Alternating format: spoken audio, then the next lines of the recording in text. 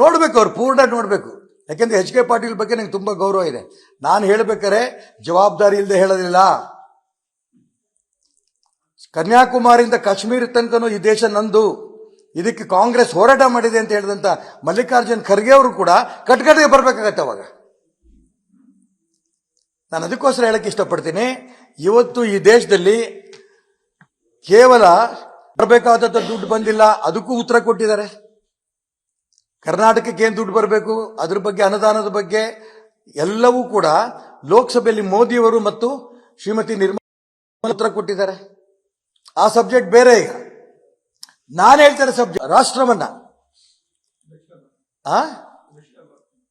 ದಕ್ಷಿಣ ರಾಜ್ಯಗಳನ್ನ ಒಂದು ರಾಷ್ಟ್ರವಾಗಿ ನಾವು ಬೇರೆ ರಾಷ್ಟ್ರವಾಗಿ ಕೇಳ್ತೀವಿ ಅಂತ ಹೇಳ್ತೀರಲ್ಲ, ಇವರು ದೇಶದ್ರೋಹಿ ಅಂತ ಕರಿಬೇಕೋ ಬೇಡೋ ಎಚ್ ಕೆ ಪಾಟೀಲ್ ಹೇಳ್ರಿ. ಅವ್ರಿಗೆ ತಾಕತ್ತಿದ್ರೆ, ನಾನು ಈ ಸವಾಲನ್ನ ನಾನು ಸ್ವಾಭಾವಿಕ ಹಾಕಲ್ಲ, ತಾಕತ್ತಿದ್ರೆ ಅವ್ರು ಕೋರ್ಟ್ಗೆ ಹೋಗ್ಲಿ, ಸ್ವಾಭಾವಿಕ ನಾನು ಕೋರ್ಟ್ಗೆ ಹೋಗಲ್ಲ. ಇಂಥವು 100 ಕಾಂಗ್ರೆಸ್ನವ್ರು ಮಾಡ್ತಿರ್ತಾರೆ ದೇಶದ್ರೋಹಿ ಚಟುವಟಿಕೆಗಳ ಬಗ್ಗೆ, ಅದ್ರ ಬಗ್ಗೆ ನಾನು ಹೇಳಕ್ ಹೋಗಲ್ಲ. ಇದು ಸ್ಪೆಸಿಫಿಕ್ ಆಗಿ ನಾನು ಹೇಳಕ್ಕೆ ಇಷ್ಟಪಡ್ತೀನಿ.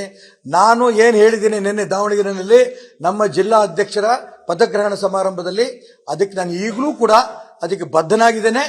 ನಾನು ಹೇಳಿರೋದು ಇಷ್ಟೇನೆ, ಯಾರು ದೇಶವನ್ನು ಒಡೆಯುವಂತ ಪ್ರಯತ್ನದ ಹೇಳಿಕೆ ಕೊಟ್ಟಿದ್ದಾರೆ, ದಕ್ಷಿಣ ಭಾರತವನ್ನ ಬೇರೆ ರಾಷ್ಟ್ರವಾಗಿ ಕೇಳಬೇಕಾಗತ್ತೆ ಅಂತ ಹೇಳಿದ್ದಾರೆ, ಇಂಥ ರಾಷ್ಟ್ರವನ್ನ ಒಡೆಯುವಂತ ಪ್ರಯತ್ನ ನಡೆಸ್ತಾರಂತ ರಾಷ್ಟ್ರದ್ರೋಹಿಗಳ ಬಗ್ಗೆ, ಯಾಕೆಂದ್ರೆ ಡಿ ಕೆ ಸುರೇಶ್ ಮತ್ತು ಅವರಿಗೆ ಸಪೋರ್ಟ್ ಆಗಿ ವಿನಯ್ ಕುಲಕರ್ಣಿ ಮತ್ತು ಇವರಿಗೆ ಸಪೋರ್ಟ್ ಆಗಿ ಡಿ ಕೆ ಶಿವಕುಮಾರ್, ಇವರೆಲ್ಲರೂ ಹೇಳಿರೋದ್ರಿಂದ ಇವರೆಲ್ಲರೂ ರಾಷ್ಟ್ರದ್ರೋಹಿಗಳು ಅಂತ ಮಾತನ್ನ ಪುನರುಚ್ಚಾರ ಮಾಡ್ತಾ ಇದ್ದೀನಿ. ಇವ್ರ ಬಗ್ಗೆ, ಇಂಥ ದೇಶವನ್ನು ಒಡೆಯುವಂತ ಕೆಲಸ ಮಾಡ್ತಾರಂತ ಕಾಂಗ್ರೆಸ್ಸಿಗರ ಬಗ್ಗೆ ನರೇಂದ್ರ ಮೋದಿಯವರು ಕಾನೂನು ತಗೊಂಡ್ಬಂದು ಇಂಥ ರಾಷ್ಟ್ರದ್ರೋಹಿಗಳಿಗೆ ಗುಂಡಿಟ್ಕೊಳ್ಳಂತ ಕಾನೂನು ತನ್ನಿ. ಇದನ್ನ ನಾನು ಹೇಳಿರೋದು ಹೌದು, ಇದಕ್ಕೆ ಈಗಲೂ ಕಮಿಟ್ ಆಗಿದ್ದೀನಿ. ನಾನು ಅದನ್ನೇ ಹೇಳಿರೋದು. ನಾನು ರಾಜ್ಯ ಸರ್ಕಾರಕ್ಕೆ ಕೇಳೇ ಇಲ್ಲ, ಕೇಂದ್ರ ಸರ್ಕಾರಕ್ಕೆ ಕೇಳಿರೋದು. ನಾನು ನರೇಂದ್ರ ಮೋದಿಯವರಿಗೆ ಹೇಳಿರೋದು, ಇಂಥ ರಾಷ್ಟ್ರದ್ರೋಹಿಗಳನ್ನ ಸದೆ ಬಡಿಬೇಕು ಅನ್ನೋದಾದ್ರೆ, ಇಂಥ ಭಾವನೆಗಳನ್ನ ಈ ದೇಶದಿಂದ ಹೋಗ್ಬೇಕು ಅನ್ನೋದಾದ್ರೆ, ಈ ರೀತಿ ದೇಶವನ್ನು ತುಂಡು ಮಾಡಂತ ಜಿನ್ನಾ ಸಂಸ್ಕೃತಿಯ ವ್ಯಕ್ತಿಗಳನ್ನ ಗುಂಡಿಟ್ಕೊಳ್ಬೇಕು ಅನ್ನೋ ಕಾನೂನ ತರಬೇಕು ಅಂತ ನಾನು ಕೇಂದ್ರದ ಪ್ರಧಾನಮಂತ್ರಿ ಹೇಳಿದ್ದೀನಿ. ಪಾಪ ಪರಮೇಶ್ವರ್ ಕೈಲಿ ಇದಿಲ್ಲ ನನಗೆ ಗೊತ್ತು, ಆದ್ರೆ ನನ್ನ ವಿಚಾರಕ್ಕೆ ಅವ್ರದ್ದು ಸಮ್ಮತಿ ಇದೆ. ಪರಮೇಶ್ವರ್ ಕರ್ನಾಟಕ ರಾಜ್ಯದ ಗೃಹ ಮಂತ್ರಿಗಳದ್ದು ಸಮ್ಮತಿ ಇದೆ ಅಂತ ನಾನು ಭಾವಿಸ್ತೇನೆ. ಅನುಕ್ಷಣದ ಸುದ್ದಿಗಳಿಗಾಗಿ ವಿಸ್ತಾರ ನ್ಯೂಸ್ ಯೂಟ್ಯೂಬ್ ಚಾನೆಲ್ ಸಬ್ಸ್ಕ್ರೈಬ್ ಮಾಡಿ. ಹೊಸ ಸುದ್ದಿಗಳ ನೋಟಿಫಿಕೇಶನ್ಗಾಗಿ ಬೆಲ್ ಐಕಾನ್ ಕ್ಲಿಕ್ ಮಾಡಿ.